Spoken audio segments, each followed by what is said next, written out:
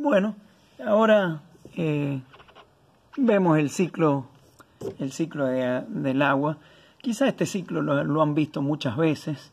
Es un ciclo, esto es un diagrama ideal bajado de internet nomás. Es un ciclo que no tiene comienzo ni fin, pero si de alguna manera tenemos que comenzar a describirlo, lo describimos con el proceso de evaporación a partir de los mares. Los mares, como representan más del 70% de la superficie del planeta, podríamos decir, bueno, comencemos el ciclo en la evaporación en los mares. Bueno, ¿en qué consiste? Ya lo conocen, por supuesto. Grandes masas de agua. El gran motor de todo esto, hay dos motores. Uno es la energía del Sol y otra la gravedad, por supuesto. El Sol calienta masas de agua en el océano, se provoca la evaporación, el agua se eleva, se condensa en las alturas y comienza el proceso, luego de la condensación, la precipitación. Si es en el mar, el ciclo se trunca y comienza de nuevo con la evaporación, pero si precipita sobre la superficie terrestre, en distintas formas, sea nieve, granizo, o lluvia, o una precipitación pluvial, comienza, bueno, todo el largo camino hacia su nivel de base. En el camino va a haber escurrimiento superficial, va a haber escurrimiento subsuperficial y escurrimiento subterráneo, hasta alcanzar un nivel de base, que puede ser un lago, un río o el mar al final de la cuenca. Por supuesto, en el ciclo del agua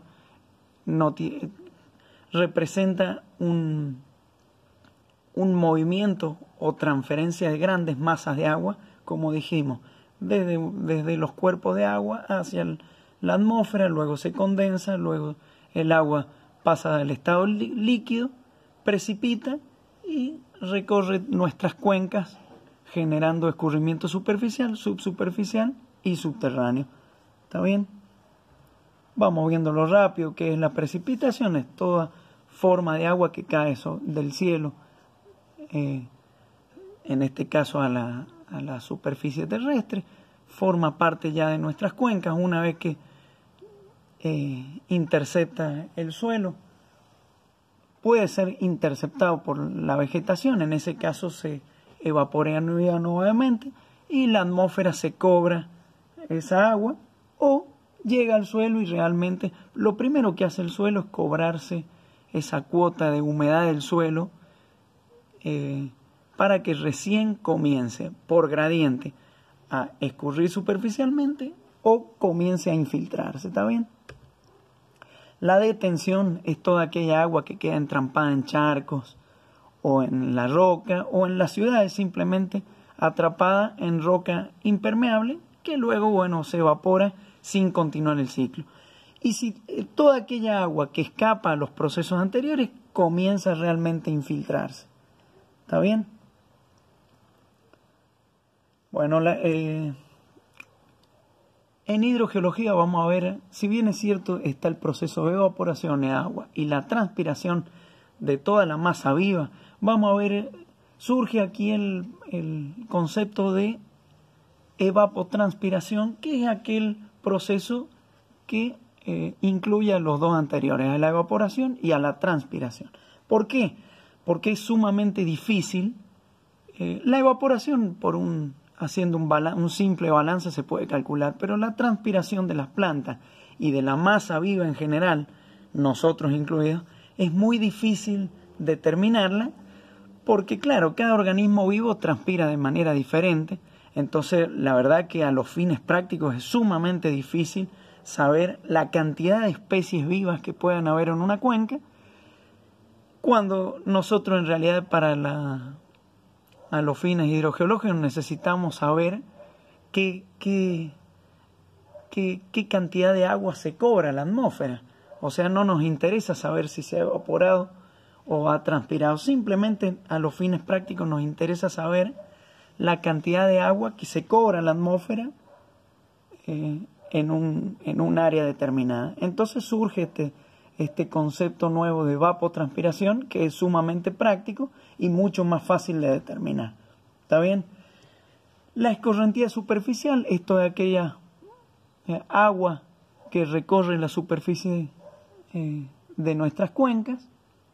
Recuerden que no existe un lugar sobre la Tierra, al menos emergida, que no forme parte de una cuenca.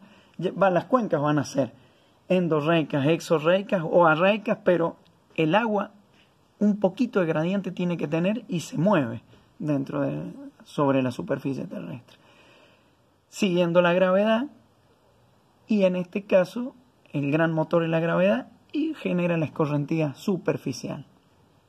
Después, bueno, está el flujo subsuperficial o hipodérmico, que es toda aquella parte de la precipitación que penetra levemente en el suelo, que no alcanza a llegar a un nivel freático y se mueve prácticamente en forma paralela al escurrimiento superficial, y hipotéticamente en algún momento que el suelo permeable o impermeable se lo permita, vuelve a la escorrentía superficial. ¿Está bien?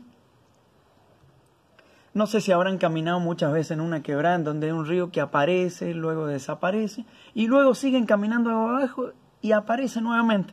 Bueno, esa agua que circula en forma subparalela a la superficie, es agua que se está moviendo subsuperficialmente.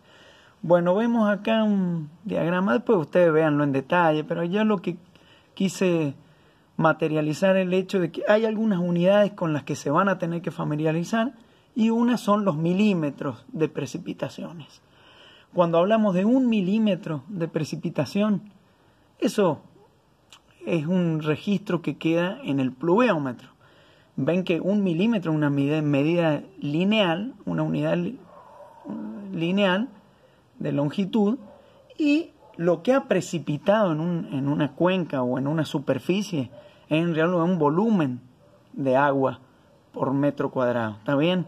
¿Qué quiere decir 1 milímetro de precipitación? Quiere decir que ha caído en ese sector 1 litro por metro cuadrado. O sea, si hablamos o generalizamos que San Juan tiene precipitaciones del orden de los 100 milímetros anuales, quiere decir que en San Juan, en nuestra provincia, llueven 100 litros por metro cuadrado de cuenca. ¿Está bien?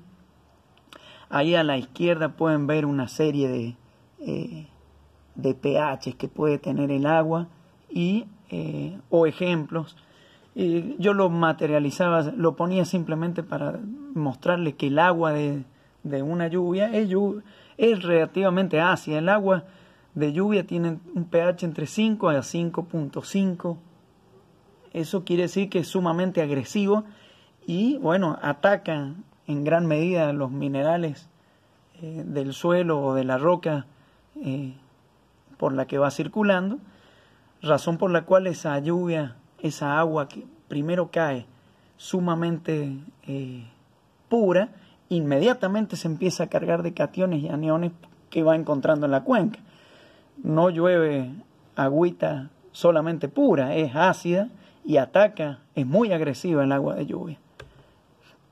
Bueno, esto era simplemente para sintetizar el ciclo del agua, que la energía solar es la que mantiene las masas en movimiento, y esa tasa de transferencia de un medio a otro, del mar a la atmósfera, de la atmósfera por condensación precipita y cae sobre la superficie, se va moviendo por el suelo. Bueno, todo este ciclo hidrológico es sumamente dinámico y extremadamente simple, pero si uno va al detalle es enormemente complejo e intrincado poderlo explicar en detalle.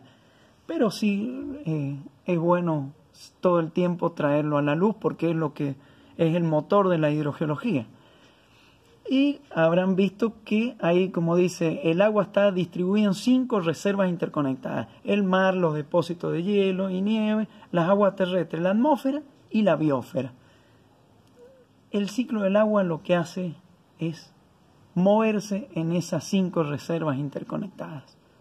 También puede cambiar el clima todas las veces que quieran, y quizá en épocas glaciares el agua va a estar más concentrada en los depósitos de hielo y nieve. En los periodos interglaciarios no, será más móvil el ciclo del agua, pero no importa, siempre el agua se está moviendo en esas 5 reservas interconectadas, y el volumen total del agua en los distintos reservorios es aparentemente constante, por lo menos en los si de tiempos humanos hablamos.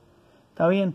Eso es un poco el ciclo del agua a nivel de cuenca. Véanlo un poquito mejor para vean acá cómo el agua de infiltración pasa a agua de percolación y alcanza un nivel freático, y ahí sí se mueve siguiendo el gradiente subterráneo y siguiendo este sería el sentido de circulación de los acuíferos hasta llegar a un nivel de base subterráneo, y el río lo único que hace en ese caso es cortar al nivel freático y el río se transforma en efluente.